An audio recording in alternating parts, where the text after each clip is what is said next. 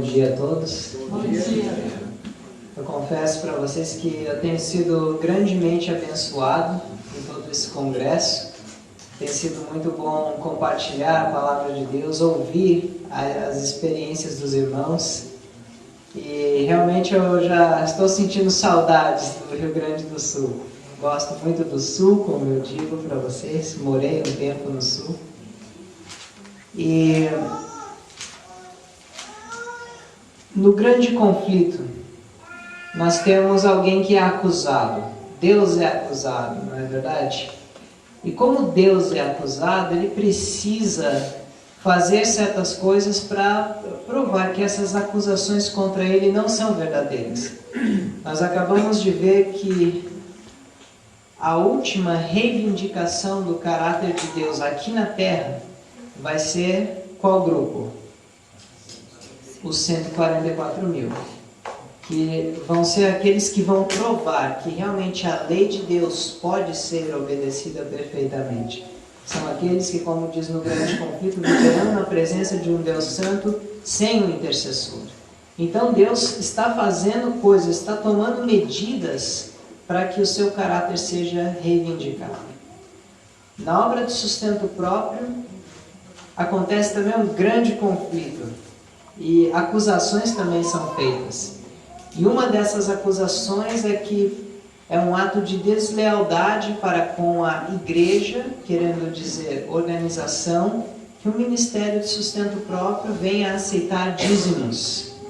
E por isso que nessa manhã nós vamos falar sobre o dilema do dízimo. Quero deixar claro para vocês que a minha intenção não é desencorajar pessoas de devolver o dízimo, não. A minha intenção não é desencorajar ninguém a devolver o dízimo para a organização, não é isso, mas esclarecer esse dilema. É pecado ou não é? O que eu devo fazer? Em quais circunstâncias eu poderia ou não usar o plano B? É isso que nós vamos ver nessa manhã. E admito que é a primeira vez que eu prego sobre esse assunto em forma de palestra, assim, em uma convocação ou um congresso. Mas vi que havia necessidade, há necessidade de se esclarecer esse assunto. Bom, vamos falar então do dízimo. No Antigo Testamento, lá em Levítico 27:30 diz: também todas as dízimas do campo, da semente do campo, do fruto das árvores, são do Senhor, santas são ao Senhor. Então o dízimo pertence a quem? Ao Senhor. Gênesis 28:22, de tudo quanto me deres, certamente te darei o dízimo. Números 18:21, e eis que aos filhos de Levi tenho dado todos os dízimos em Israel por herança, pelo ministério que executam, o ministério da tenda da congregação. Então, o dízimo servia para sustentar os ministros, que eram os levitas. Malaquias 3:10 diz aonde devia ser levados os dízimos. Trazei todos os dízimos à casa do tesouro, para que haja mantimento na minha casa. Alguns princípios do Antigo Testamento. Agora vamos para resumir. No Antigo Testamento nós vemos que os dízimos pertencem ao Senhor, e como tudo veio de Deus, é o nosso dever devolver 10%, a 10ª parte. E nós vimos que o dízimo era para sustento dos levitas, ou seja, os ministros de Deus ali da época. Agora vamos ver a base bíblica para o Novo Testamento. O que a Bíblia nos diz? 1 Coríntios 9, versos 13 e 14. Não sabeis vós que, aqui falando da dispensação judaica, os que administram o que é sagrado, referindo-se aos levitas, comem do que é do templo, e que os que de contínuo estão junto ao altar participam do altar, assim também ordenou o Senhor, agora na dispensação cristã, que os que anunciam o Evangelho, ou seja, os pastores, que vivam do Evangelho. Então nós vemos que os ministros deviam ser sustentados, só que, além disso, nós vemos agora um princípio que é mais abrangente aqui. É os que anunciam o Evangelho, que vivam do Evangelho. Então o dízimo é para sustentar aqueles que pregam o Evangelho. Então, o princípio mesmo, o dízimo, é para o avançamento do Evangelho. Mas nós vamos ver, a palavra de Deus esclarece muito bem como pode usar, como não pode usar, e é isso que nós vamos ver. Continuando no Novo Testamento, fala da mudança do sacerdócio. Hebreus 7, versos 5 e 12. E os que dentre os filhos de Levi recebem o sacerdócio têm ordem, segundo a lei cerimonial, de tomar o dízimo do povo. Mas agora olha só, porque mudando-se o sacerdócio, necessariamente se faz também mudança da lei. Mudança da lei cerimonial, mudança na questão dos dízimos. Na dispensação cristã, não eram mais os levitas que iam receber o dízimo, não os levitas literais, mas os levitas espirituais. Os ministros do Evangelho deveriam ser sustentados assim. Só que agora, quero chamar a atenção de vocês para uma realidade. Assim como a palavra igreja é usada de duas formas na inspiração, ela é usada representando a organização, mas ela também é usada representando o povo, a igreja de forma mais abrangente. Com o dízimo funciona da mesma forma. Nós temos ministros realmente, mas o princípio mais abrangente do dízimo é para sustentar a obra do Evangelho. E olha só o que nós vemos aqui. O que Pedro fala sobre o sacerdócio, lá em 1 Pedro 2,9? Mas vós sois a geração eleita, o sacerdócio real, a nação santa, o povo adquirido. Ele estava falando para a igreja ali de forma geral. Não quer dizer que qualquer um possa receber do dízimo, não é isso que está dizendo. Para que anuncieis as virtudes daquele que vos chamou das trevas para a sua maravilhosa luz. Pedro mostra que é um dever de todo cristão anunciar o Evangelho. E Gálatas 6,6 fala que o que é instruído na palavra reparta de todos os seus bens com aquele que o instruiu. É basicamente assim. O que ministra o espiritual é digno de colher o material. Esse é o princípio. Então vamos ver, o dízimo na Bíblia, resumindo, pertence a Deus, serve para levar avante a obra do Evangelho, deve ser trazido à casa do tesouro. Conselho sobre mordomia, página 65, nos diz: pede que o reconheçamos como doador, Deus, de todas as coisas, e por essa razão diz: de todas as vossas posses reserva a 10ª parte para mim, além das dádivas e ofertas que devem ser trazidas à casa do meu tesouro. Agora, me responda um negócio. O que é para ser trazido à casa do tesouro? Os dízimos ou os dízimos e as ofertas? Dízimos e as ofertas têm que ir à casa do tesouro. Já lanço uma pergunta para os irmãos.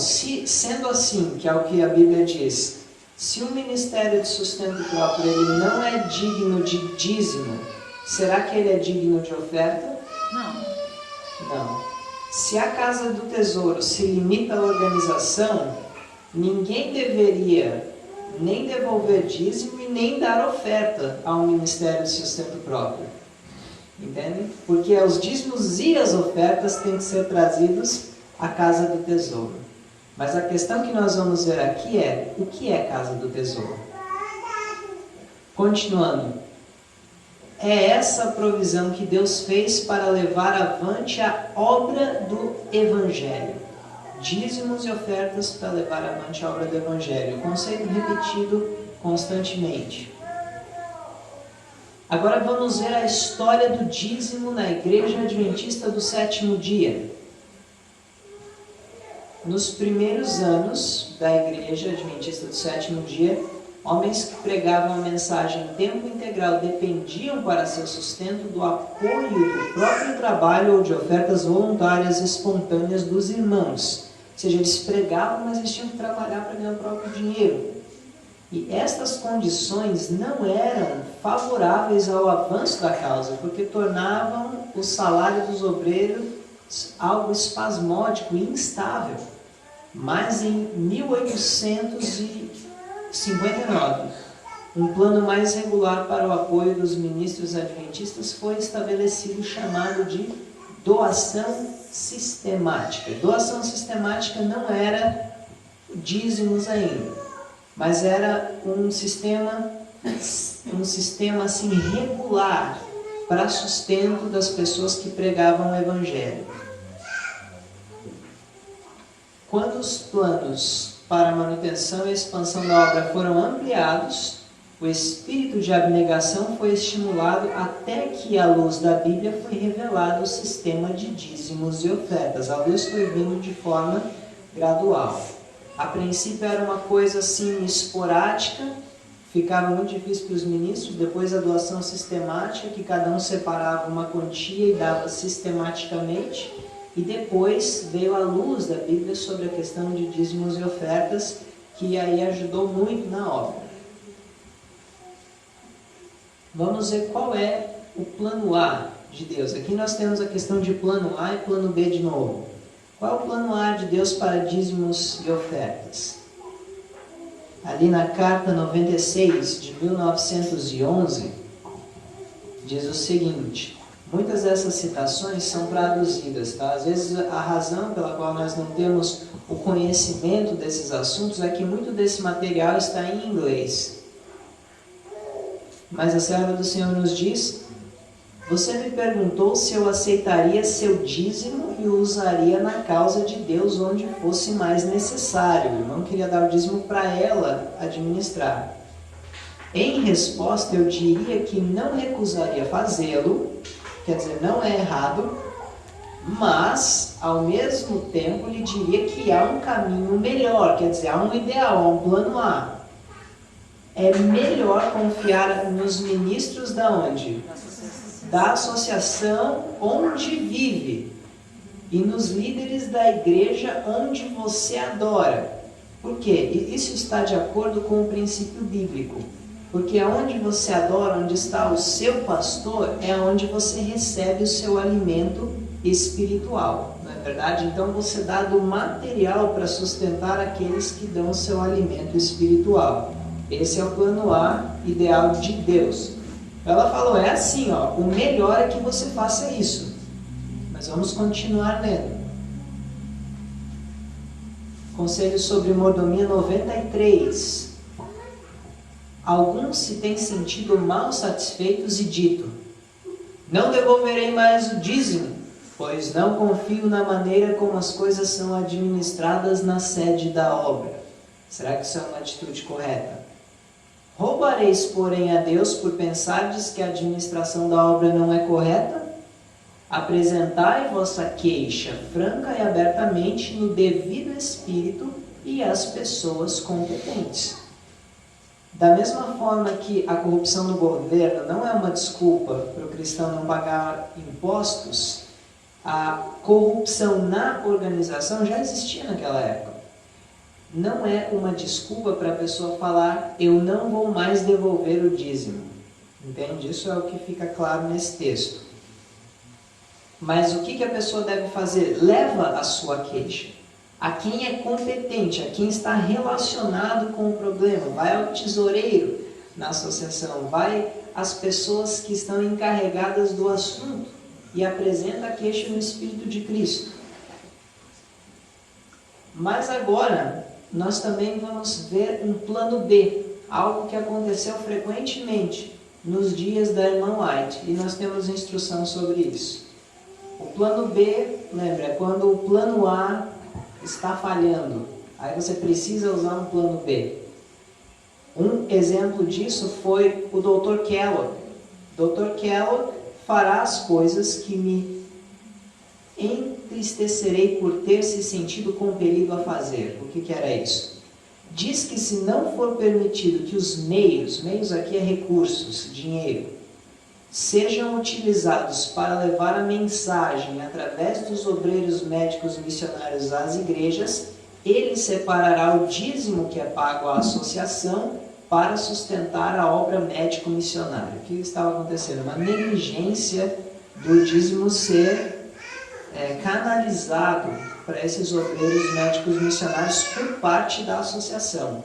E ele falou, olha, se essa negligência está acontecendo, eu mesmo vou separar esse dízimo que vem dessa obra para a associação e vou sustentar ali os obreiros médicos missionários com isso.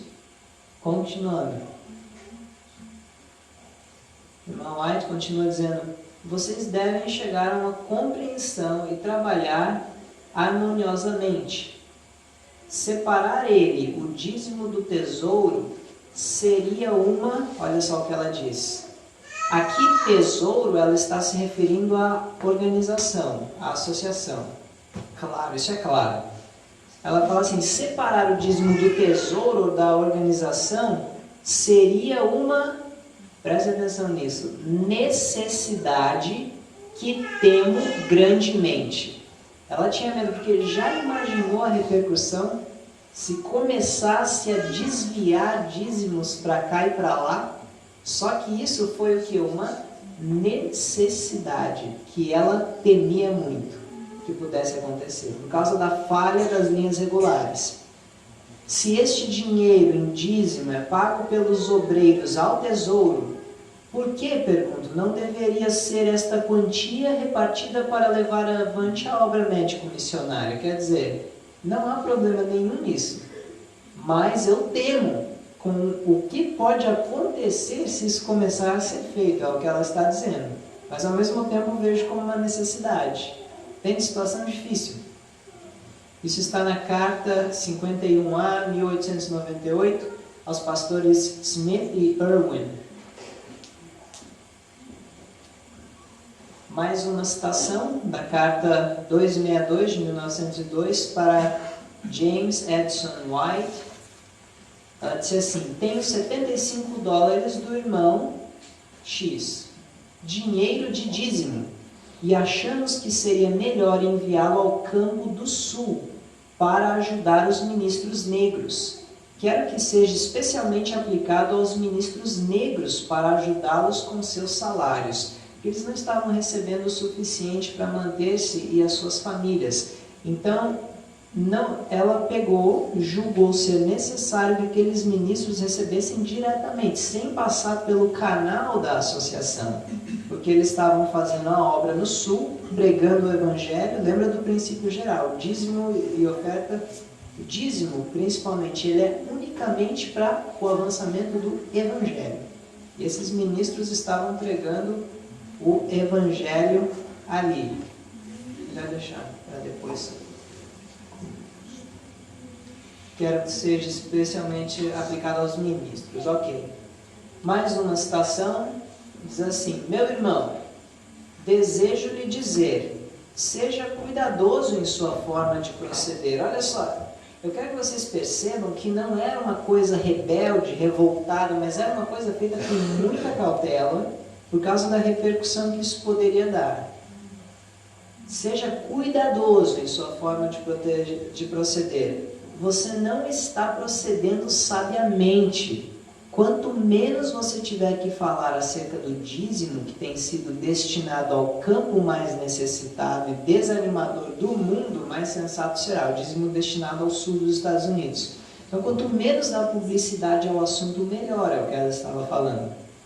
Tem-me sido apresentado que meu dízimo deveria ser destinado por mim mesma para auxiliar os ministros brancos e negros que foram negligenciados e que não receberam o suficiente para sustentarem suas famílias de forma adequada.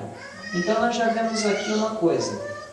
Sendo que o dízimo é para o avanço da obra do Evangelho, foi lícito ali, no caso da irmã White, ela e outras pessoas ajudarem ministros, pessoas que estavam ali como obreiros e que estavam sendo negligenciados pela associação.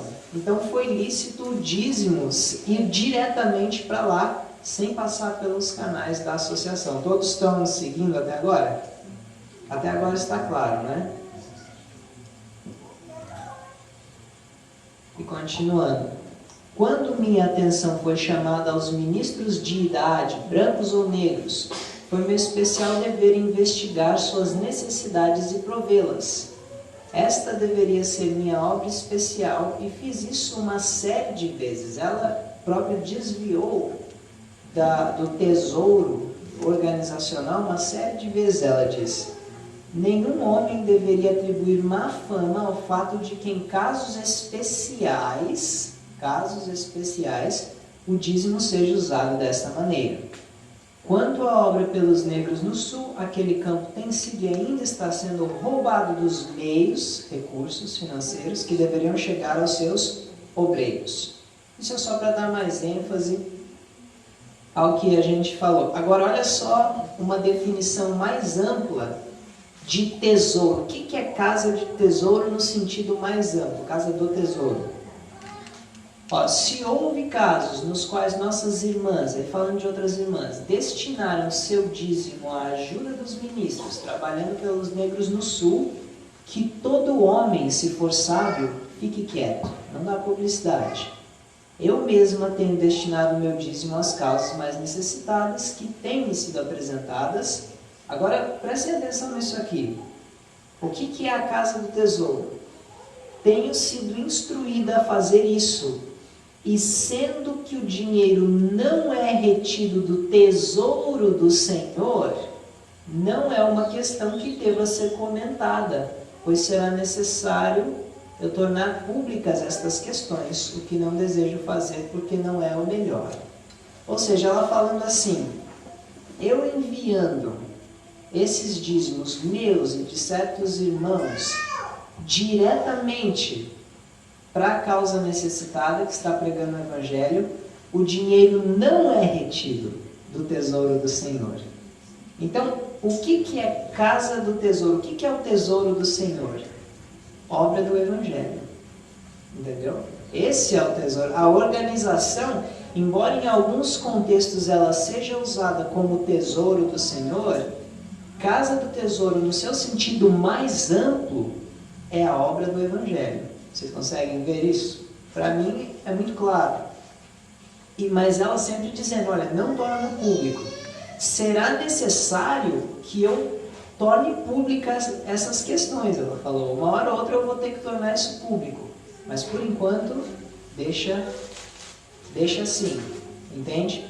Da mesma forma que nós não devemos ficar tornando públicas essa questão, mas vi que hoje foi necessário tornar pública entre nós essa questão. Continuando. Plano B.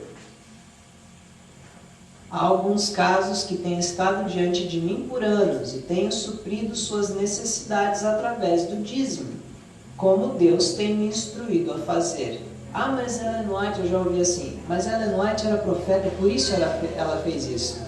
Mas um profeta não pode fazer nada contra os mandamentos de Deus. E um profeta é um ser humano e é um exemplo para nós da mesma forma. Então Deus instruiu ela a fazer. Se Deus instruiu é porque não é errado. E se alguém disser a mim, irmã White, você poderia destinar meu dízimo para onde saiba ser mais necessário? Eu direi, sim, posso e tenho procedido assim. Eu elogio ou louvo aquelas irmãs que têm aplicado seu dízimo onde é mais necessário para ajudar a fazer uma obra que tem sido deixada de lado. Então, o que nós vemos por trás disso tudo? Casa do tesouro, a obra do Evangelho.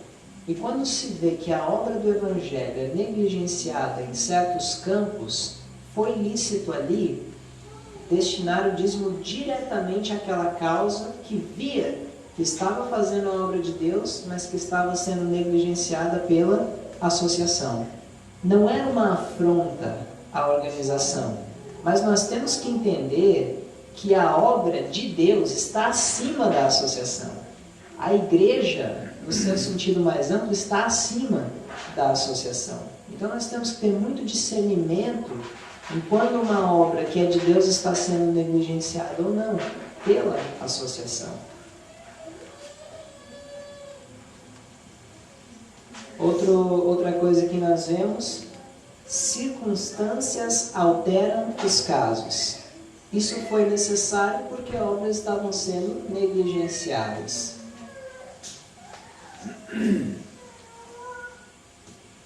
Bom, é mais repetindo o que nós já lemos. Então, planos A e B, vamos ver. Número 1. É melhor confiar nos ministros da associação onde vive e nos líderes da igreja onde adora. Isso é o que é o ideal. Plano A, fazer. 2. Infidelidade dos líderes não é desculpa para deixar de devolver o dízimo. Número 3.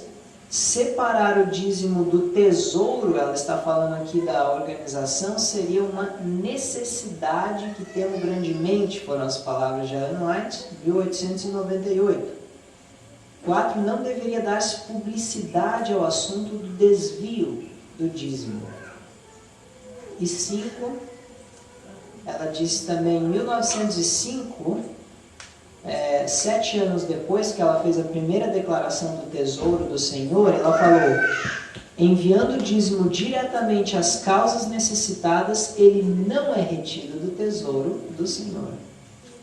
E 6, o plano B, que é devolver o dízimo não pelas linhas regulares, é para casos de obras negligenciadas pela associação. E 7, circunstâncias alteram os casos. São pontos que nós tiramos de todas essas citações. Agora vamos ver o que aconteceu. Havia muitas restrições e proibições por parte da associação naquela época, quando a profetisa ainda era viva. E no Southwestern Union Record de 1987, que é o relato da União Sudoeste, diz assim, hoje, isso é uma declaração da associação, fala assim: hoje o número crescente de ministérios independentes, aqui está falando de ministérios de sustento próprio, competem vigorosamente por uma porção maior dos dólares de dízimo dos adventistas, dinheiro de urgente necessidade, a obra principal da igreja. Então, nos olhos deles, obra principal era a obra da associação, e os ministérios independentes ficavam sendo uma coisa secundária. Enquanto não é assim, são dois braços da obra de Deus. Os dois são importantes. Mas já naquele tempo, que é interessante, quando a profetisa estava viva, já acontecia essa questão do dízimo, esse dilema por causa do dízimo. É o mesmo que foi antes, é hoje. A mesma coisa existe. Um voto aqui da Assembleia da Associação Geral, publicado na Review and Herald, em 14 de maio de 1908, diz o seguinte: decidido que para quaisquer empreendimentos especiais para os quais doações forem solicitadas do povo, deve-se primeiro receber a sanção da Associação Geral e da União na qual tal empreendimento ocorre, e que qualquer pessoa enviada a solicitar tais doações primeiramente receba credenciais adequadas de sua união e que planos satisfatórios sejam feitos, certificados por escrito com a união e associação local onde deseja fazer a solicitação antes de iniciar. Então o voto era assim: se alguém quer pedir recursos de algum lugar, tem que primeiro pedir à associação. Foi esse o voto tomado em 1908. Mas agora, será que a profetisa da nossa igreja, o que será que ela disse sobre isso? Sobre essas restrições que eram colocadas sobre os ministros de sustento próprio, os obreiros de sustento próprio. Olha só, falando sobre esse voto, olha só o que a serva do Senhor falou. Quando leio a resolução publicada na Review, colocando tantas restrições sobre aqueles que podem ser enviados para angariar fundos para a construção de instituições em campos necessitados e destituídos, senti muito pelas suas restrições. Não posso senão entristecer-me, pois a menos que a graça conversora de Deus entre nas associações, será tomado um curso que trará o desagrado de Deus sobre elas. Já tivemos suficiente do espírito de proibição, ou seja, foi contra esse voto. E olha que foi um voto tomado por quem? Associação Geral. Entendeu? Não é todo o voto da Associação Geral que é a voz de Deus. Entende como nós falamos ontem? Porque aqui foi uma medida imprudente que ia restringir a obra. E ela repreendeu esse voto. E aí ela diz: representações têm sido feitas a mim de uma obra que não leva as credenciais divinas. As proibições impostas sobre a obra daqueles que desejam advertir o povo da cidade dos juízos que virão em breve deveriam ser todas removidas. Ninguém deve ser impedido de levar a mensagem da verdade presente ao mundo. Que os obreiros recebam suas direções de Deus, ou seja, ao invés de pedir autorização. Quando o Espírito Santo impressiona o crente a fazer uma certa obra para Deus, deixe o assunto entre ele e o Senhor. Carta da Sra. White aos oficiais da Associação Geral, 26 de maio de 1908. Ou seja, essas restrições, essas proibições de dizer que tudo tem que ser através do canal da associação, tudo se tem que pedir uma autorização, isso não é a vontade de Deus. Não é. E a irmã White é enfática nisso. Deixa eles trabalharem, é o que ela falava. Deixa, eles estão fazendo a obra do Senhor. Deixa eles angariarem fundos, não tem problema. Não é assim, Deus é o dono do ouro e da prata. E a obra é uma só, não são duas obras, não são duas igrejas. A obra de sustento próprio não é uma outra igreja ou uma outra organização. Todos fazem parte da igreja, do povo de Deus. Aqueles que têm a fé adventista. E vai mais, aqueles em nossas associações que têm pensado possuir toda a autoridade para proibir o angariamento de meios de recursos em certos territórios, eu diria: esta questão me tem sido apresentada vez após outra. Dou agora meu testemunho em nome do Senhor a quem possa se aplicar. Onde quer que você esteja, retenha suas proibições. A obra de Deus não é para ser desta forma atada. Deus está sendo fielmente servido por esses homens, obreiros de sustento próprio, e você tem observado e criticado. Eles temem e honram ao Senhor, são obreiros juntos dele. Que Deus lhe proíba de colocar qualquer jugo sobre os seus servos. Muito claro, não é? E continuando diz: é o privilégio desses obreiros aceitar dádivas ou empréstimos para que possam investi-los na execução de uma obra importante que precise ser feita. Esta maravilhosa responsabilidade que alguns supõem que Deus haja colocado sobre eles com sua posição oficial, nunca lhes foi dada. Se os homens estivessem firmes na elevada plataforma da verdade, jamais aceitariam a responsabilidade de fabricar regras e regulamentos que impeçam ou limitem os obreiros escolhidos por Deus em sua obra de treinar missionários. Aqui, obra de treinar missionários, está falando especificamente da faculdade de Madison. Lembra que eu falei ontem? Aquela primeira escola de sustento próprio que surgiu em 1904, depois que a organização já tinha sido estabelecida. Por causa dos afastamentos dos caminhos do Senhor, na obra educacional, surge a faculdade de Madison, em 1904. E quando os líderes dessa faculdade vinham angariar fundos, muitas restrições eram colocadas sobre eles, sobre esses obreiros. E a serva do Senhor ali, direto, falando: tirem essas restrições, eles são dignos dos recursos. E quando o Espírito de profecia fala recursos, não faz distinção entre dízimos e ofertas, porque ambos têm que ser levados para a casa do tesouro do mesmo jeito. Então eles eram dignos de ambos, tanto dízimos quanto ofertas. E agora ela fala mais especificamente de Madison. Olha só esse ponto aqui, se aplica muito para as escolas de sustento próprio de hoje. Ela fala, alguns têm entretido a ideia de que por causa de Madison não pertencer a uma associação organizada, não deveria ser permitido aos responsáveis pela escola pedir de nosso povo os meios tão necessários para levar avante sua obra. Esta ideia precisa ser corrigida. Na distribuição do dinheiro que vem da tesouraria do Senhor, o que é isso? Dízimos e ofertas.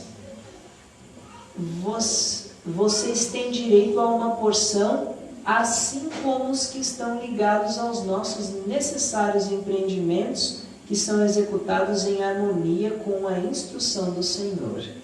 É muito claro, na verdade. Ela está falando assim, olha, vocês têm tanto direito quanto eles, ou seja, tanto a obra denominacional quanto a obra de sustento próprio têm direito de receber os recursos do Senhor, desde que isso esteja em harmonia com a instrução do Senhor, desde que esteja em harmonia com a sua palavra.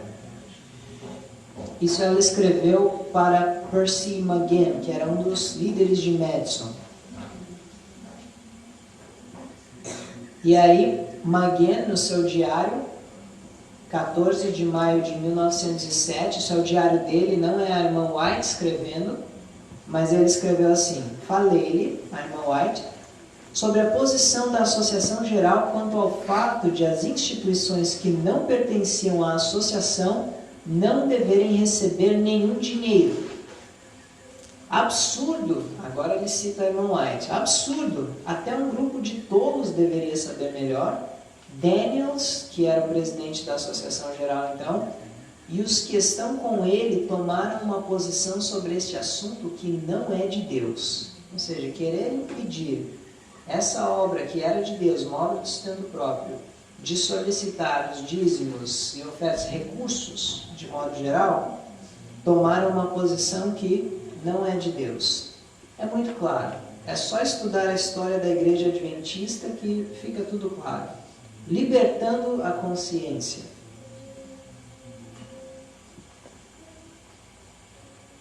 Enfim, restrições e proibições.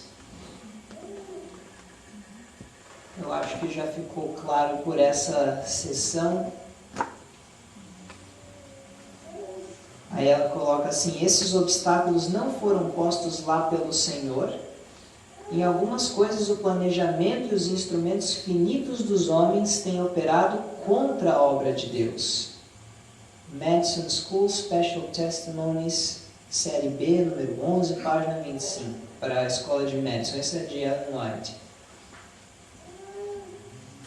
Enfim, eu creio que restrições e proibições é isso. Para resumir agora, Ellen White disse que deveriam ser removidas. Ela repreendeu os líderes por essas restrições. Diz que é o privilégio dos obreiros fiéis aceitar e solicitar recursos. 3. Os líderes que impõem esses fardos tomam uma posição que não é de Deus. E 4. Que Sutherland e McGinn não deviam se submeter à postura impositora da liderança. 5. Submissão imprudente geraria limitações e restrições à obra de Deus. E havia boas razões pelas quais Madison não pertencia à associação.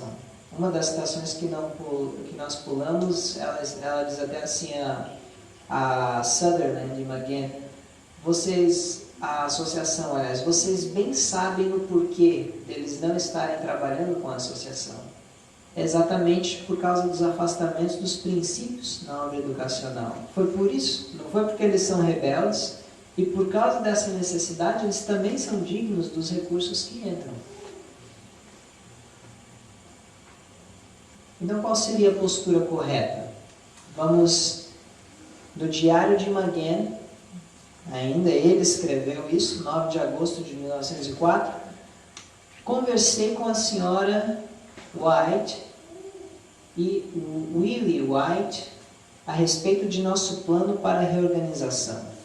Ela disse que não deveríamos estar sob a autoridade da União Sul e pareceu não ter objeção ao nosso plano geral. Quer dizer, Ela falou assim, não é para vocês terem que se unir à associação só para conseguirem um favor, só para que vocês sejam vistos com bons olhos por eles.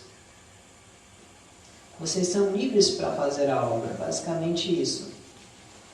No Diário de Maguen ainda, 14 de abril agora, lá em Washington, no de jejum com o ancião Irwin, o antigo presidente da Associação Geral, e a sua esposa. Tomei um carro para Tacoma Park e passei a manhã com Daniels, o atual presidente então.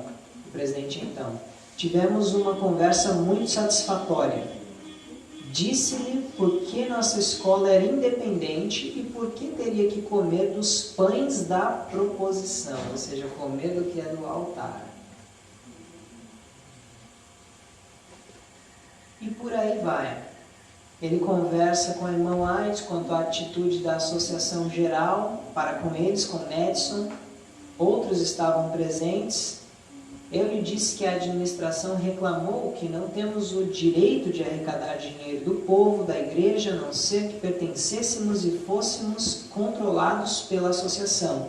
E ela respondeu, irmã White, vocês fazem o dobro do trabalho deles. Arrecadem, pois, todas as doações que puderem, pois o dinheiro pertence ao Senhor e não a esses homens. A posição que eles tomam não é de Deus. A União Sul não deve ter posse de vocês, nem lhes controlar. Não se entreguem a eles. Então, vocês conseguem ver que ela era muito dura nessa questão. Não é desmerecer a organização de Deus. Não é isso. Não é isso. Deus que instituiu a sua obra organizada. Mas a questão aqui, irmãos, é que quando essa obra organizada quer restringir a pregação do Evangelho, os obreiros de sustento próprio, aqueles que não estão sob o poder da organização, eles não devem se submeter. Eles não devem deixar que eles restringam a obra da pregação do Evangelho. O princípio aqui, geral, o porquê de toda essa, como é que eu posso dizer, hostilidade contra os obreiros de sustento próprio era um motivo só: poder. Eles estavam perdendo o seu poder. E outra coisa, eles tinham medo que os obreiros de sustento próprio, recebendo esses recursos, fosse faltar para a obra da organização. Mas a profetisa do Senhor, ela é clara, é citação após citação. Nós nem vamos ler todas, mas é muito assim, é muito claro. Não tem o que discutir aqui. E aí ela fala que o povo deveria ter suprido essa escola com recursos, falando da escola de Madison. Fala que a associação deveria ajudar a escola de Madison. E diz que eles têm direito de uma porção dos recursos dados à causa. Diz que os irmãos Sutherland e Maguen deveriam ser encorajados a solicitar recursos para o sustento da obra. Então, resumindo sobre a postura correta, o povo de Deus deveria ajudar Madison, a associação também, e eles foram encorajados a solicitar esses recursos, porque era uma obra de Deus. Agora, nós temos um estudo sobre recursos e meios. Quando o Espírito de Profecia fala sobre recursos e meios, está incluindo tanto dízimos quanto ofertas, porque está falando que ambos teriam que ir à casa do tesouro. Por exemplo, essa citação de Testemunhos, volume 5, página 149, diz: dos meios confiados ao homem, Deus reivindica certa porção, o dízimo. Ou seja, o dízimo é parte desses meios. Conselho sobre Mordomia 95. Há grande número de membros nos livros de nossa igreja, e se todos se prontificassem a dar dízimo fiel ao Senhor, que é a sua porção, não haveria falta de recursos no tesouro. Então, tanto dízimo quanto ofertas, recursos, é dinheiro de forma geral para a obra. Porque muitos dizem, mas quando ela fala recursos é só ofertas, não o dízimo. Só que nós já vimos que tanto o dízimo quanto as ofertas tinham que ser devolvidos à Casa do Tesouro. Então, se a Casa do Tesouro se limita à organização, então ninguém pode nem devolver dízimo, nem dar ofertas à obra de sustento próprio. Mas se ela é digna de ofertas, então ela também deve ser digna de dízimos. E isso nós vimos ali na escola de Madison, que era uma escola de sustento próprio, claramente. A obra no Sul, que era uma obra de sustento próprio por seu filho, Edson White, que também foi apoiada com dízimo, e outras causas necessitadas que foram mencionadas por elas. Então, como usar o dízimo? Conselhos sobre mordomia, página 103. Como nós vamos usar o dízimo? Tem sido comunicada positiva luz para que os que ministram em nossas escolas, ensinando a palavra de Deus, explicando as Escrituras, educando os alunos nas coisas divinas, sejam sustentados com o dinheiro do dízimo. Ou seja, professores de classes bíblicas podem receber do dízimo. Quem mais? Enquanto alguns saem a pregar, ele apela a outros para responderem às suas reivindicações sobre eles por meio de dízimos e ofertas para manter o ministério e a disseminação da verdade impressa por toda a terra. Então, para publicações, que é para distribuir para pessoas. As casas publicadoras tinham um fundo de dízimo para doar publicações para aquelas pessoas que não podiam comprar. Você não pode publicar algo com dízimo para vender, ok? Mas para dar literatura é lícito, com o dinheiro do dízimo. Alguns dizem que o dízimo não deve ser usado para sustentar médicos missionários que dedicam seu tempo ao tratamento de doentes.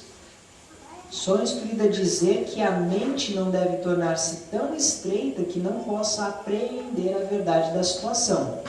Um ministro do Evangelho que seja também médico missionário, que pode curar também enfermidades físicas, é um obreiro muito mais eficiente do que aquele que não pode fazer. Sua obra como ministro do Evangelho é muito mais completa. Então ele também é um ministro, um médico missionário também pode receber do dízimo. Aqui fala que viúvas de ministros não devem ser esquecidas e devem, se for preciso, ser pagas do dízimo. Então, todas as situações onde você pode usar o dízimo. Agora diz, existem casos especiais em que a pobreza é tão grande que, a fim de assegurar um lugar mais humilde para adoração, pode ser necessário usar dos dízimos. O dízimo não deve ser usado para reformas na igreja, nem para construção. Mas ela diz que há lugares em que a coisa é tão humilde, é tão pobre, que por uma emergência, para ter um lugar para adorar sequer, pode-se utilizar do dízimo. Então, professores de Bíblia, distribuição de literatura, hoje também teoria mídia, gratuita, ministros médicos missionários, viúvas de ministros, e assegurar um local de adoração em casos extremos. São formas de usar. Agora, como não usar o dízimo? Para que eu não posso usar? Conselho sobre mordomia 102 diz: um raciocina que o dízimo pode ser aplicado para fins escolares. Outros argumentam ainda que os colportores devem ser sustentados com o dízimo. Comete-se grande erro quando se retira o dízimo do fim em que deve ser empregado, o sustento dos pastores. Para quê? Para a pregação do Evangelho. Então, ajudar estudantes, mesmo que eles estejam sendo treinados na obra missionária, não deve ser de dízimo, isso é ofertas. E nem colportores, porque os colportores estão trabalhando ali vendendo livros. Colportor não deve ser pago do dízimo tampouco. Ninguém, agora página 101 diz assim: ninguém se sinta na liberdade de reter o dízimo para empregá-lo segundo o seu próprio juízo. Não devem servir-se dele numa emergência, nem usá-lo segundo lhes pareça justo, mesmo no que possam considerar como obra do Senhor. eles não devem alterar os mesmos para praticar alguns atos de caridade, isso não é dízimo, ou dar algum donativo ou oferta quando e como eles, os agentes humanos, acharem oportuno. Então, não é para qualquer coisa, só naquelas coisas que a palavra de Deus autorizou que o dízimo poderia ser destinado.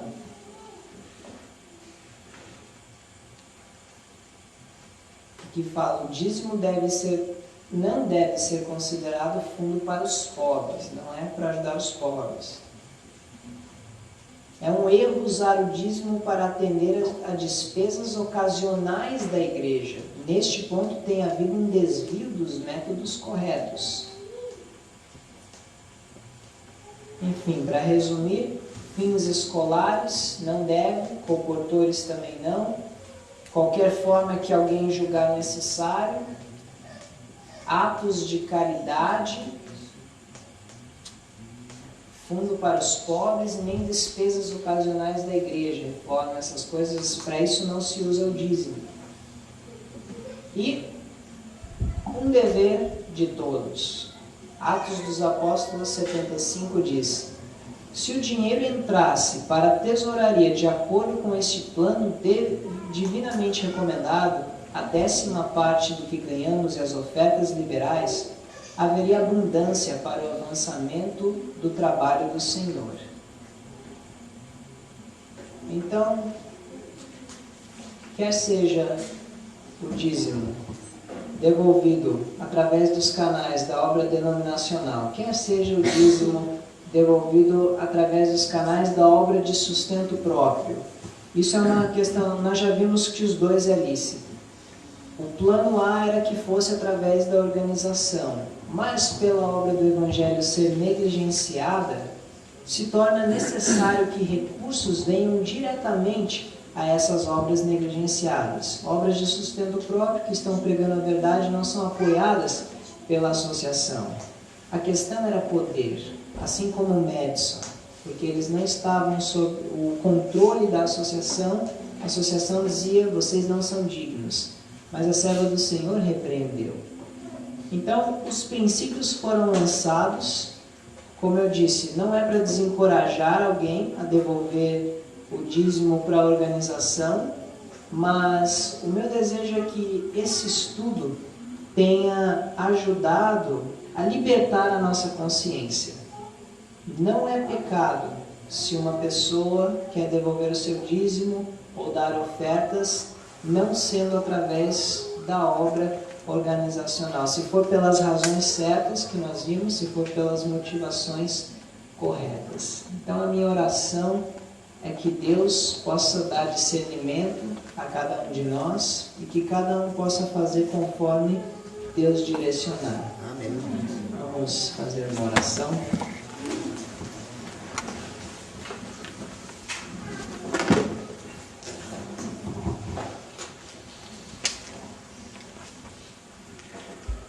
Querido Deus e Pai amado, que habita nos altos céus, nós te agradecemos pela Tua palavra que esclarece todas as questões na nossa mente. Nós acabamos de esclarecer esse dilema do dízimo e pedimos, Senhor, que a cada pessoa aqui Tu possas dar discernimento. Amém. Que durante todas essas mensagens dos eventos finais, que cada um aqui possa ter cada vez mais forte em seu coração o desejo de estar preparado para viver na presença de um Deus Santo sem o intercessor. Amém. Amém. E que cada um também possa ter a sua consciência liberta quanto ao que é a igreja, onde se congregar, a fazer a obra, quer a organização apoie ou não, a devolver os seus dízimos aonde o Senhor o guiar. Amém. Que cada um de nós possa ser guiado pelo seu Espírito, de acordo com a Tua palavra. Amém. Que cada um de nós possamos estar no reino eterno. É a nossa oração em nome de Jesus. Amém. Amém.